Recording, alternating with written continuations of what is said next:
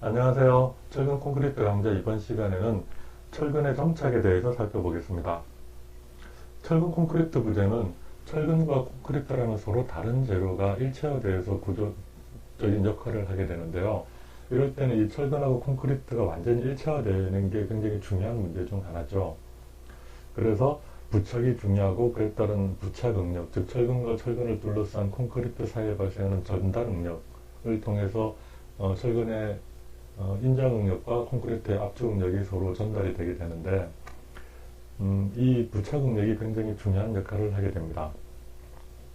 한계상태 설계법에서는 부착 파괴가 발생하기 전에 철근이 먼저 항복되도록 그렇게 설계를 하는 걸 기본으로 하고 있죠. 게다가 요즘에는 고강도 철근의 사용이 점점 더 많아지고 그 다음에 예전보다는 철근 하나가 받는 힘이 점점 커지는 경향이 있습니다. 이에 따라서 철근이 받는 인장력에 비해서 철근의 표면적이 점점 감소하게 되죠. 철근의 표면적이 감소하면 콘크리트와 철근이 접하는 면이 줄어들음에 따라서 부착 응력이 점점 더 커지고 그의 중요성이 점점 증가하는 그런 경향을 나타내게 되겠죠. 예. 그래서 우리가 좀 더 부착 응력에 대해서 상세한 이해가 필요하고 이를 위해서 부착 응력을 한번 유도를 해봅시다. 가장 간단한 형태의 보, 등분파중이 작용하는 단순보를 한번 생각을 해보면 지금 양단의 지점이 이렇게 있죠. 이 지점에 등분파중이 작용하고 이렇게 등분파중이 작용을 하면 여기 지점 반력이 생기고 그 다음에 모멘트가 발생을 합니다. 부재 내부에. 그죠? 이 모멘트 분포는 여러분이 이미 잘 알고 있죠. 양쪽 지점에서 제로가 되고 중앙부에서 최대가 되는 이런 모멘트 분포를 보이고 최대값은 얼마죠? 그렇죠. 8분의 오메가 1제곱 잘 알고 있죠. 그죠? 뭐 워낙 많이 쓰는 공식이니까 잘 알고 있을 겁니다. 자, 그래서 보면 여기서 이제 이 값이 중요한 게 아니라 휠 모멘트가 여기서부터 제로에서부터 이렇게 쭉 8분의 오메가 1제곱까지 증가했다가 감소하는, 즉 부재의 위치에 따라서 휠 모멘트가 변화하고 있다는 상황이 더 중요합니다. 이 보여의 미소 구간 dx만큼을 잘라내면 이 잘라낸 좌측과 우측에는 어떤 휠 모멘트가 작용을 할까요? 지금 여기서 보면 dx 구간의 좌측에 쭉 내려보면 이때 휠 모멘트가 정확하진 않지만 일단 이 좌측에 작용하는 휠 모멘트를 m이라고 가정을 하면 우측면에 작용하는 휠 모멘트는 여기가 dx만큼 떨어져 있기 때문에 어떻죠? 요거하고 약간 다른 값이 되겠죠. 그죠? 그래서 이 휠 모멘트를 m 플러스 dm, 여기 dm이라는 건 0에 가까이 가지만 0은 아닌 값. 그래서 요 m과 요 좌우측의 휠 모멘트 차이를 요걸 dm이라는 값으로 한번 나타내 봅시다. 그러면은 좌측의 휠 모멘트 m이 작용할 때 우측은 휠 모멘트가 좌측과는 약간 다른 값이 작용을 하고 있다. 그런 의미라고 생각하면 됩니다. 여기 dx나 dm은 여러분이 이미 잘 알고 있다시피 미분의 개념에서 나온 거죠. 이걸 다시 한번 생각해 보면 이거는 거의 0에 가까이 가지만 0은 아닌 값. 그죠? 거의 0에 가까이 가지만 0은 아닌 값이다. 그렇기 때문에 여기 미소한 차이를 이 dx나 또는 dm이라는 값으로 나타낼 수가 있는 거죠. 자, 이렇게 이제 dx에 작용하는 좌우측에 작용하는 힐 모멘트를 정의를 했으면 이 dx 구간에 작용하는 힘을 조금 더 상세하게 한번 살펴봅시다. 자, 그 보의 dx 부분만을 분할해서 다시 그렸습니다. dx 부분만을 분할했고 그 다음에 여기 하부 인장 측에는 인장철근이 이렇게 존재하고 있죠. 인장철근이 존재하고 있습니다. 그리고 조금 전에 살펴봤던 것처럼 이 dx 구간의 좌측에는 휠 모멘트 m이 작용을 하고 우측에는 휠 모멘트 m 플러스 dm이라는 값이 작용을 하고 있죠. 그죠?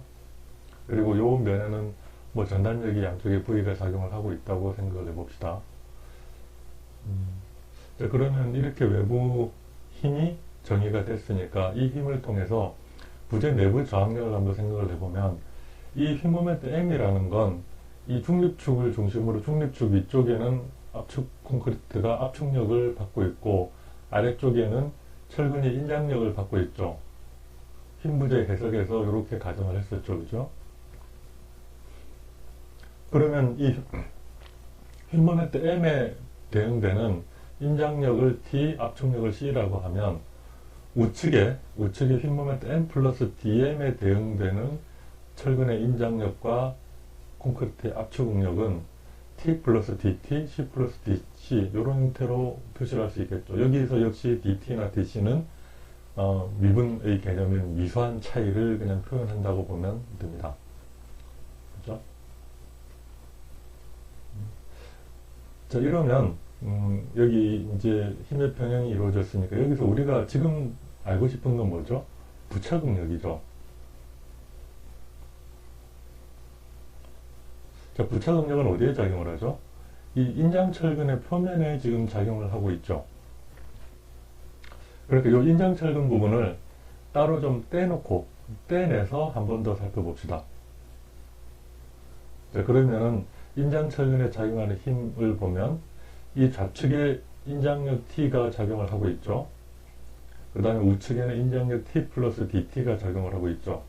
만약 이 두 힘만 작용을 한다면 T하고 T 플러스 DT는 분명히 서로 다른 값이니까 힘의 평형이 안 이루어지죠.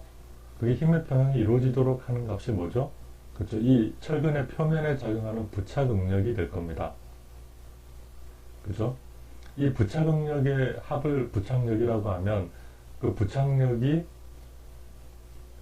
인장력의 변화량 T하고 같아서 이 철근의 힘의 평형을 이루고 이 위치에 그대로 존재하고 있는 상태가 되죠. 그죠?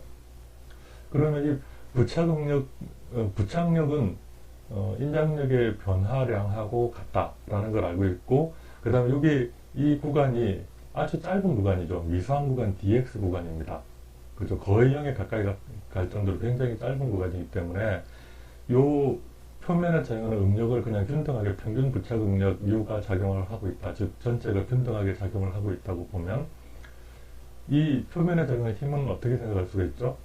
예, 부착 응력에다가 요 표면적을 곱하면 되죠. 표면적은 이 둘레 길이 주장, 둘레 길이 곱하기 부재 길이 dx, 이렇게 하면 응력에다가 표면적을 곱하면 이게 부착력이 될 테고, 이 부착력은 인장력의 변화량하고 같다. 이런 방정식을 세울 수 있죠. 그래서 요거를 가지고 이 부착 응력에 대해서 조금 더 상세하게 살펴볼 겁니다. 자, 이걸 수식으로 한번 조금 더 상세하게 살펴봅시다. 자, 일단 인장력의 변화량은 힘 모멘트를 응력 중심면 거리 JD로 나눈 값이다. 이거 맞죠? 맞나요? 다시 한번 볼까요? 앞 페이지로 넘어가서,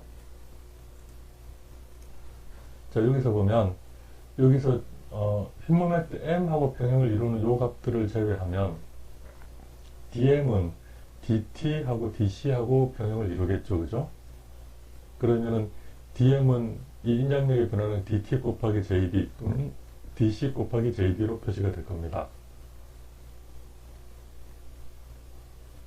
그죠?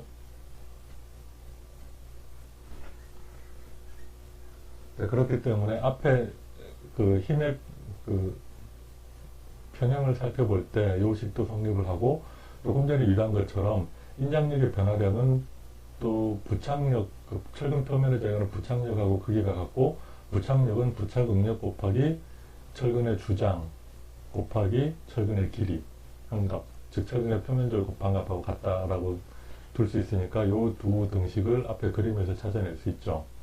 그럼 요 식에서 부착 응력에 대해서 식을 정리를 해보면 요 식을 이렇게 정리할 수 있습니다. 그죠? 파이 dB 곱하기 dx분의 dt. 그리고 요 dt에 요 식을 뭐 여기 파이 dB 대신에 똑같은 의미지만 주장이라는 기호를 바꿔서 표시를 하면 이렇게 될 테고, 여기에다가 dt 대신에 요 값을 대입을 하면 이런 형태로 식을 다시 정리를 할 수가 있겠죠. 그래서 부착 응력은 철근의 주장 곱하기 응력 중심간 거리 JD 곱하기 철근의 길이 dx분의 dm, 이렇게 쓸 수 있죠. 그리고 여기서 하나 더 보면 dx분의 dm은 뭐죠? 핀 모멘트를 부재의 길이로 한번 미고 나면 전단력이 되죠. 그래서 부착응력은 철근의 주장 곱하기 응력 중심간거리 JD분의 전단력. 이렇게 식을 정리를 할 수가 있습니다. 이런 형태가 되죠. 즉, 부착응력은 철근의 주장에 반비례하고 전단력에 비례한다. 그런 사실을 알 수 있죠. 자, 부착응력의 특성을 조금 더 상세하게 한번 살펴봅시다. 일반적인 당근 직사각형 보에 이렇게 인장철근이 배근되어 있고 여기에 핀 모멘트 M이 작용을 하고 있다. 전체를 균등하게 작용하는 경우를 생각해 보면 이 핀 모멘트 M이 MCR, 그러니까 균열 모멘트보다 크다면 균열이 발생하겠죠. 그죠? 그리고 전체 핀 모멘트가 균등하게 작용을 하고 있기 때문에 이론적으로는 인장철근의 인장력이 다 균등하게 작용을 하고 있다고 생각할 수 있습니다만, 이렇게 균열이 발생했을 경우에 정말 인장력이 균등하다고 생각할 수 있을까요? 그렇지 않죠. 실제로 보면 만약 이론적으로는 인장력이 이렇게 균등하게 작용하고 있다. 일정한 값이다. 거리에 따라서 인장력 t로 두고 이쪽을 거리로 잡는다면 이렇게 그래프를 그릴 수 있을 텐데, 이론적으로는. 실질적으로는 이 균열이 있는 부위랑 균열이 없는 부위랑 인장력이 조금 다를 겁니다. 왜 그렇죠? 이 철근 주위에는 콘크리트가 있죠. 콘크리트가 이론적으로는 인장력을 전혀 부담하지 않는다고 생각하지만 실질적으로는 인장력을 약간은 담당을 하겠죠. 그래서 이쪽 부분에는 철근이 분담하는 인장력이 콘크리트가 분담하는 인장력만큼 감소하게 될 겁니다. 그런데 이 부분, 균열이 있는 부위에 있어서는 이론처럼 콘크리트는 전혀 인장력을 분담할 수 없어요. 왜냐하면 이미 콘크리트 균열이 가서 벌어져 있기 때문에. 그래서 이 부분과 이 부분의 인장력을 비교해보면 인장력이 100% 철근이 담당하고 있다. 인장력을 중간에는 콘크리트가 일부 분담을 했다가 다시 100% 철근이 인장력을 분담하는 이런 형태로 인장력이 변화하는 형태를 가정할 수 있습니다. 이 부분도 또 균열이 없으니까 인장력이 조금 감소하겠죠. 그 인장력이 이렇게 증가, 감소, 증가, 감소 이런 형태로 변하게 됩니다. 자, 그러면 앞에 부착응력에서 부착응력이 어떤 특성을 가지고 있었죠? 부착응력은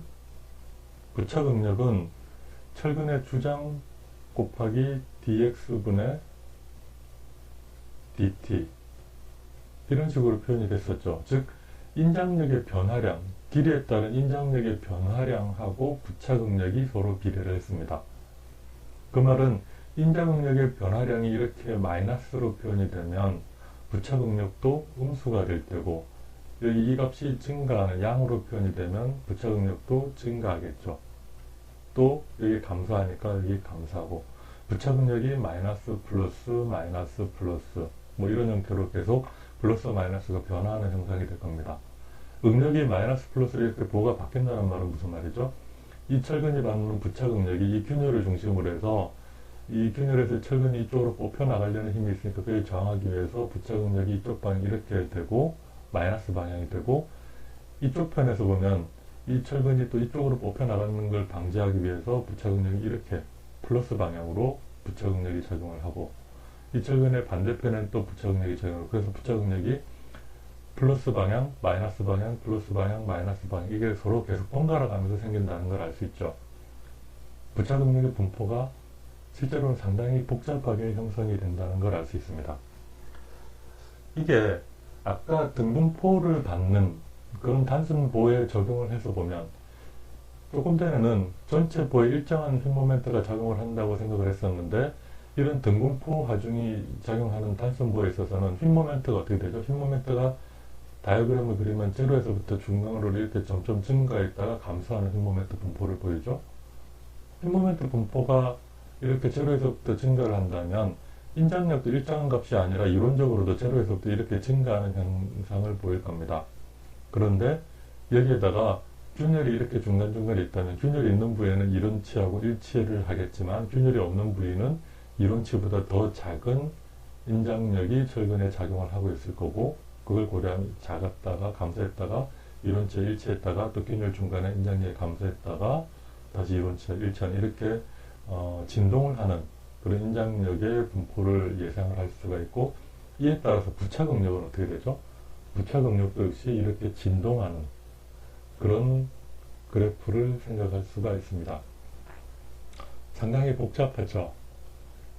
뭐 이론적으로는 뭐 이렇게 예상을 할 수 있습니다만 이걸 현실적인 실무에서 적용하기에는 조금 너무 복잡한 그런 특성을 보인다는 걸 알 수 있습니다.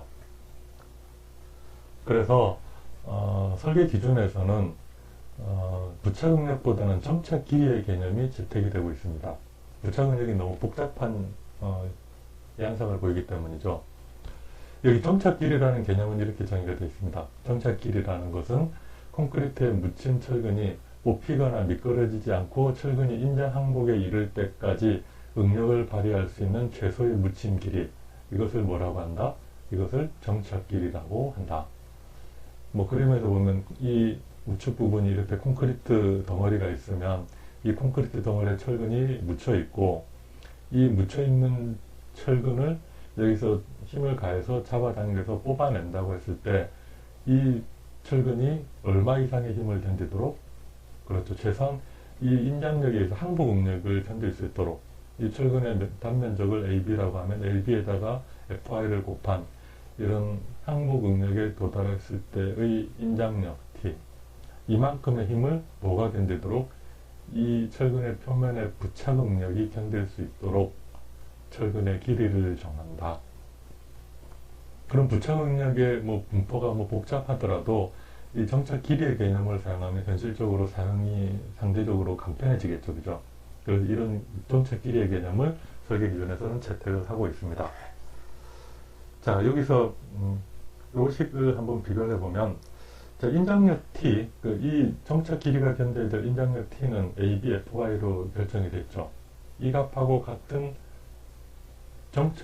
부착력은 어떻게 계산이 될까요? 여기 만약에 평균 부착응력 U가 작용을 하고 있다면 이 평균 부착응력에다가 이 표면적을 곱하면 부착력이 되겠죠. 이 힘을 최소한 인장력, 여기 항복 응력이 도달할 때의 인장력보다는 크거나 같아야 됩니다. 그죠? 부착응력에다가 철근의 주장 곱하기 정착 길이 LD를 곱하면 될 겁니다. 그럼 LD는 최소한 얼마 이상? LD는 요거를 이항을 시키면 철근이 받을 수 있는 인장력을 부착응력 곱하기 주장으로 나눈 값, 뭐 이런 형태로 정리가 될 겁니다. 요걸 자, 수식으로 정리를 해서 보면 묻힌 철근이 견뎌야 되는 힘이 최소한 항복 응력을 받는 인장력 이상이 돼야 되니까 AB 곱하기 FY는 평균 부착 응력 곱하기 철근의 표면적, 철근의 길이 곱하기 주장, 그 다음에 이걸 정리를 해서 넘기면 이렇게 될 텐데, 자, 여기서 이제 철근의 단면적을 4분의 파이 dB의 제곱이라고 표현을 하면 여기서 요거 서로 상쇄되겠죠, 그죠? 상쇄되고 남는 값들만 남겨놓으면 4UA분의 dBFY 뭐 이런 형태로 될 겁니다. 그죠? 정착 길이는 최소한 이거보다 크거나 같아야 된다, 그렇게 되겠죠. 그리고 이때 사용한 UA라는 것은 평균 부착 응력의 값이 되겠습니다.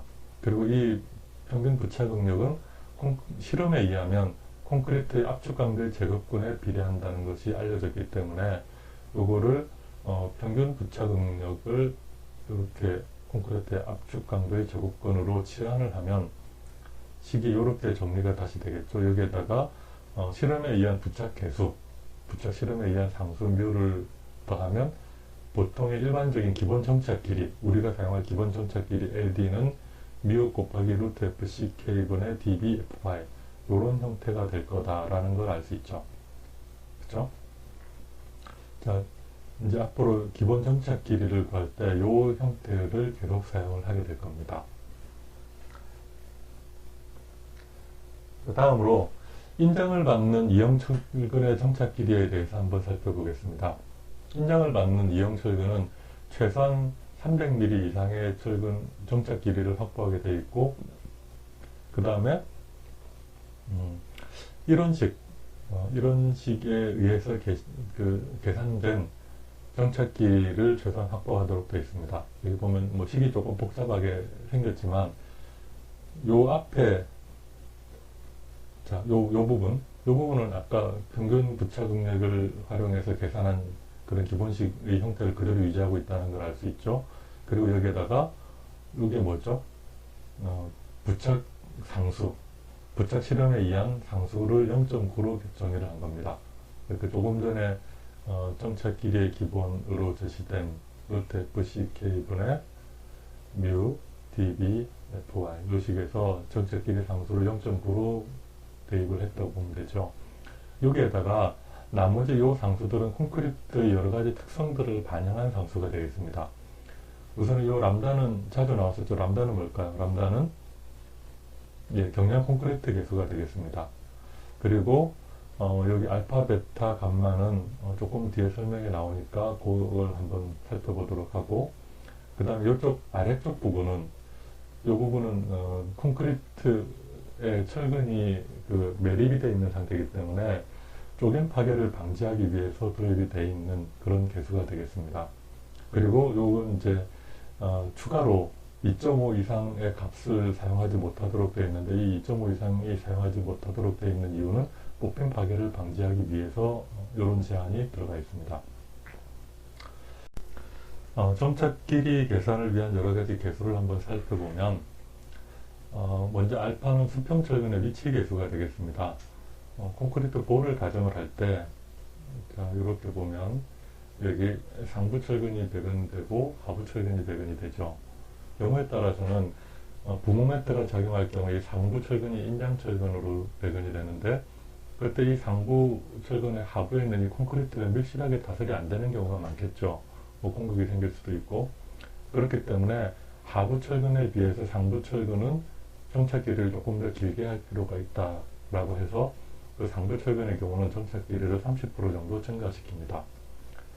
그 다음에 에폭시 도막 같은 게 있는 경우 철근의 부식을 방지하기 위해서 여러 가지 도막을 칠할 수 있는데, 그런 경우에 있어서는 여러 가지 경우에 따라서 정착 길이를 50% 또는 20% 증가시키고, 뭐 아연 도막이 되어 있거나 또는 도막이 되지 않은 철근은 정착 길이를 그대로 유지할 수 있습니다. 대신에 철근의 위치 개수랑 도막 개수를 합해서 1.7배, 그러니까 정착 길이, 기본 정착 길이의 70% 이상을 증가시킬 필요는 없다.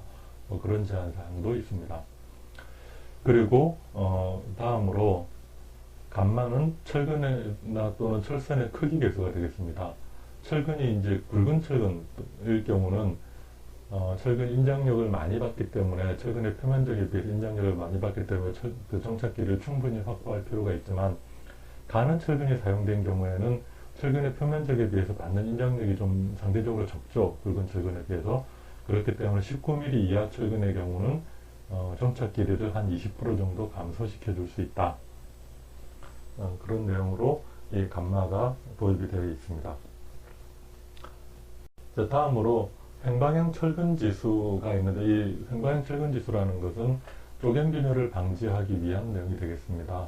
그런데 이거는 계산이 좀 번거롭고 복잡하기 때문에 설계를 간략하게 할 경우에는 KTR을 0으로 두고 이걸 계산할 수도 있습니다. 다음으로 정착 길이 계산식이 여러 가지 개수를 도입을 해서 상당히 복잡하게 정의가 되어 있죠. 그렇기 때문에 보다 간략하게 정착 길이를 계산할 수 있도록 이런 약산식이 제시가 되어 있습니다. 약산식은 인장철근의 기본 정착 길이 LDB를 람다 곱하기 루트 FCK분의 0.6 dBFy를 정하고, 거기에 따라서 여러 가지 조건에 따라서 쪼갠 파괴에 관련된 이 개수를 이런 조건을 만족하면 1.5를 써서 계산할 수가 있고, 뭐 그렇지 않은 일반적인 경우는 그냥 1.0으로 계산해서 조금 안전적으로 계산을 하고, 그 다음에 나머지 계산 알파, 베타, 감마의 값을 이렇게 기호를 도입을 해서 이제 정착 길이를 보다 간략하게 계산할 수 있도록 이런 식이 제시가 되어 있습니다. 물론 이걸로 계산을 하면 아까 정확하게 식을 계산하는 것보다는 조금 더 긴 정착 길이가 계산이 되겠죠. 이 약산식을 이용해서 계산한 거를 한번 살펴보면, 여러분 책에 나와 있는 도표에 이렇게 계산이 되어 있는 식입니다. 여기 보면 기본 정착 길이 LDB를 계산한 식인데, 기본 정착 길이에다가 여기는 철근의 크기 계수 람다가 곱해져 있는 겁니다. 즉 19mm 이하에는 여기는 요 식에다 0.8이 곱해진 거죠. 철근의 크기 계수가 곱해져서 이미 반영이 되어 있는 상태라고 보면 됩니다. 예를 들어서 콘크리트 압축 강도가 24MPa이고 철근의 인장 강도가 400MPa이라면, 그리고 철근의 지름이 22mm라면, 그럼 이 1088이라는 이 숫자, 1088mm라는 숫자는 어떻게 나왔을까요? 그걸 보면 루트 24분의 0.6 곱하기 인장 철근, 이 22mm 철근의 공칭 지르면 22.2mm를 곱하고 거기다 철근 항복 강도 400MPa, 그 다음에 철선의 크기 계수 1.9을 곱하면 1088이라는 숫자가 나오죠. 이런 식으로 다 계산해서 표를 만들어 놓은 겁니다. 자, 우리가 조금 더 주의를 해야 될 부분은, 예전에 현장에서 인장철근의 정착 길이가 뭐 40D, 50D 그런 걸 사용한 때가 있었는데, 이 부분을 한번 살펴보면 인장철근의 정착 길이가 50D 이상이죠. 철근의 지름의 50배 이상이라는 걸 알 수 있죠. 그렇죠? 그러니까 기존에 비해서는 조금 더 정착 길이를 엄밀하게 계산을 하고, 그냥 상식적으로 뭐 예전에 이렇게 해왔었는데 그런 습관에 따라서 정착 길이를 계산했다가는 잘못하면 실제 필요한 길이보다 조금 더 짧은 길이를 사용할 수 있기 때문에 주의를 해야 된다라는 내용을 말씀을 드립니다. 자, 다음으로 압축철근의 정착 길이도 한번 살펴보겠습니다. 압축철근은 인장철근에 비해서는 정착 길이가 조금 짧아도 되겠죠. 뭐 정착철근의 끝부분에 지압력이 작용하기도 하고, 또는 압축력에 의해서 콘크리트의 균열이 발생할 가능성도 적고, 그런 여러 가지가 고려돼서 기본 정착 길이 LDB가 람다 루트 FC 기분의 0.25 dBFy로 설정이 되어 있습니다. 아까 인장 정착 길이는 얼마였죠? 요 값이 0.6이었죠.